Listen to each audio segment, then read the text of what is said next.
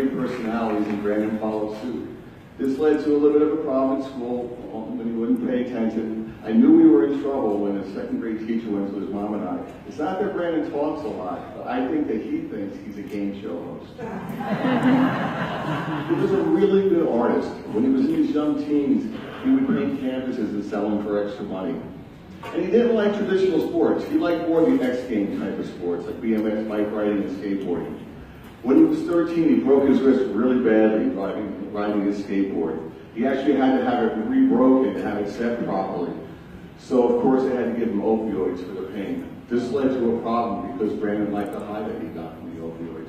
He would share with me a few years later that from time to time over the next couple of years, he would use them whenever he could buy them on the street or a friend of his would steal them from somebody in his household.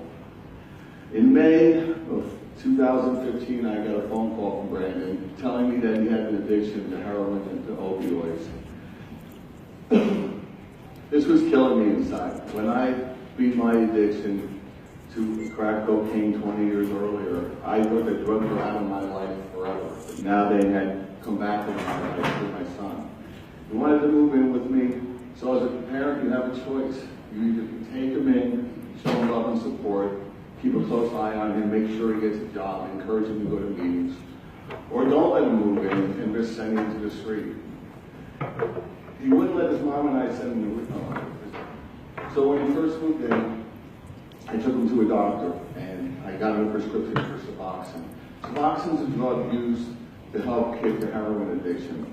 I told him that he could only have 7 pills just to get over the sick feeling, and because I wasn't going to trade one addiction for another. At this point, everything seemed to be going pretty well. Brandon enrolled in an online school to get his equivalency. He got his first job, and we were getting along great. I would drive him to work every morning and then text him at the end of his day to see how his day was. He was selling high-speed internet and security systems door to door. He loved his job, and I thought he found his niche in life, in sales. On the 29th of July, my whole world would change, and it would never be the same again. I saw Brandon that morning. He was going to the Motor Vehicle Agency to get his permit reinstated. He called me around 5:30 that night and told me he got his permit back. This would be the last time I ever spoke to my son. I said to him, "That's great, buddy. You see, when you do the right things in life, everything falls into place. You're getting your school taken care of, you got your first job, you got your permit back, so now you can get your license and you can get a car. I'm so happy for you." He said, "Thanks, Dad." He goes, "You're right. You've been right the whole time. I love you." I said, "I love you too, buddy. I'll see you in the morning to drive you to school, drive you to work, rather." Around 8 o'clock, my phone rang, and it was Brandon's number. I picked up and said, "Hey, buddy, how you doing?" But it wasn't Brandon. It was my next door neighbors. He said, "You have to get to Summerlin Hospital right now. They're doing CPR on Brandon." The ambulance driver picked up the phone and said, "We're transporting him now. You have to get there right away." I was going numb. I was in a panic. The hospital is only 5 minutes from my house, and I know where it's at, but I couldn't even find it. I had to put it in my GPS just to get there. When I got to the hospital, I ran through the door to the ambulance drivers go through, and I just screamed, "Where's my boy?" All the nurses pointed to the room at the end. When I went in that room, I saw the most horrifying thing a parent could ever witness. They were hitting Brandon's lifeless body with the paddles, trying to get his heart started again. They would eventually get his heart beating again, but it was too late. The damage was already done. He was without oxygen for too long. His brain swelled and herniated his brainstem. What caused this was something I wasn't even aware of. You see, heroin suppresses your lung function. It's not talked about much, so people aren't really aware of it. He happened to relapse that night using heroin, and then has happened to have an asthma attack. He ran to the neighbor's house because he couldn't suck in on his inhaler. They called 911 and performed CPR on him until the ambulance drivers got there. I'll be forever thankful for their attempts to save my son.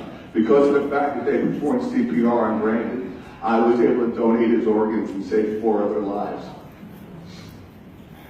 His mom and I hadn't cremated because we both knew neither one of us would have ever left Las Vegas if we had buried him there. And after that, I came back to New Jersey to be with my family for a month. While I was home, I was in contact with my therapist and a good friend of mine, and he gave me a piece of advice that I still give to everyone this day that I meet that's grieving the loss of a loved one. He said to me, Kenny, start the grieving process now. Don't get distracted by your friends and family back in New Jersey. And don't be one of those guys who thinks you can tough it out or say, I don't have time to grieve. Grief does not care whether you have the time or not. I've seen it too many times in my practice over the years. A person doesn't give themselves time to grieve, and then a year or two later, out of nowhere, they have a complete collapse. I returned to Vegas after that and did the best I could to get on with my life. You know, I started going to therapy. I went on antidepressants. I did my best I could at my job, but everything was reminding me of Brandon. I tried to get to a bereavement group for child loss, but because of my work schedule, I wasn't able to attend. You see, I didn't have any family in Las Vegas. It was just me and Brandon. And I needed my family in my life now more than ever before in my life. So after 22 years in Las Vegas, I made a decision to travel back across the country and start my life over again in New Jersey. I arrived in New Jersey January 2016. Took a couple weeks off to see some old friends, and then I started my search for a job and a bereavement group for child loss. A friend of mine directed me to a woman. Her name is Lynn Schneider, and she at a place called Common Ground Grief Center in Manasquan, New Jersey. What was about to happen in my life, I could have never imagined in my wildest dreams. I contacted Lynn, and she set me up with a support group specific for child loss. I still remember going into the first meeting. It was 7 women and myself. Everyone introduced themselves. They shared their story of loss and cried. I shared my story and cried. At the end, I wasn't even sure if it helped, but I continued to go every other week. Now, I have to be honest with you. In the beginning, it was all about me.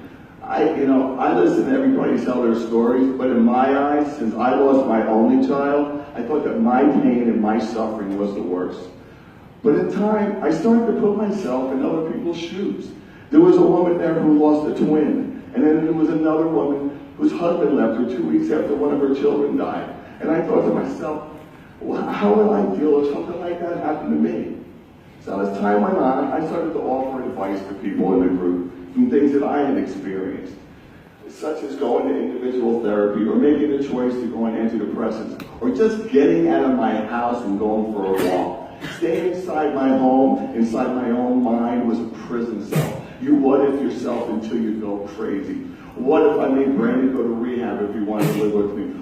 What if I was a more strict parent? It goes on and on and on. Now, the people that run the group that I was going to were in contact with Lynn the whole time that I was going to meetings. And then one day I got an email asking me if I had ever considered being a volunteer for the children that go to Common Ground. I went and spoke with Lynn, and I made a choice to be a volunteer facilitator. And I know now in my heart that I made the right choice.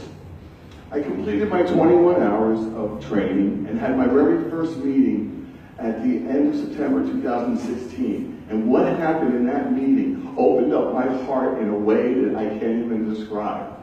We start our groups out in a circle. We pass a stick called a talking stick.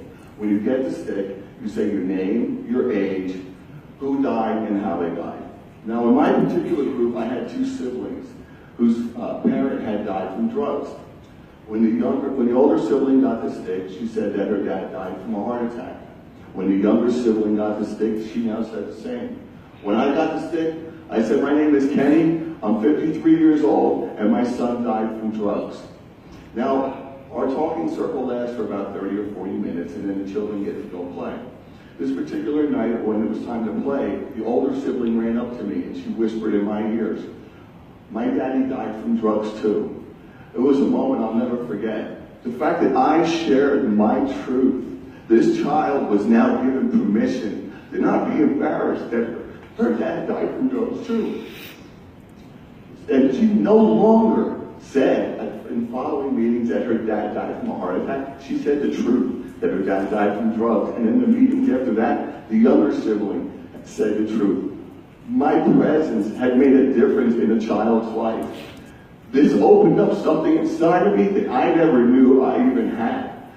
It opened up the fact that it's how important it is to give back and to be a volunteer. It also opened up my eyes to the fact that my helping others and volunteering was helping me heal from my grief. I've also recently taken a class to carry and administer Narcan. I will not stand by helplessly and watch another person die from this horrible drug. You see, I'm trying to heal in the most healthy way possible from this most unbelievable pain in my life. But there's a lot of work, and you can't cut the corners. So I tell people that I meet all the time that are grieving the loss of a loved one, it's like, you need to go to therapy. You need to find a group, and you need to go to group. You got to get out of your house. You got to go for a run, go for a swim, go to the gym and get an endorphin blast. And you have to find a way to give back and to volunteer. Healing for grief for me is about getting as many feel-good moments that I can get over the course of my day, my week, and my year as I'm learning to live again without Randy. And the ultimate goal for me would be the day that I can look back on the memories of my son and smile and not cry. Well, I'm not there yet, but there's no way I'm quitting. Thank you for listening.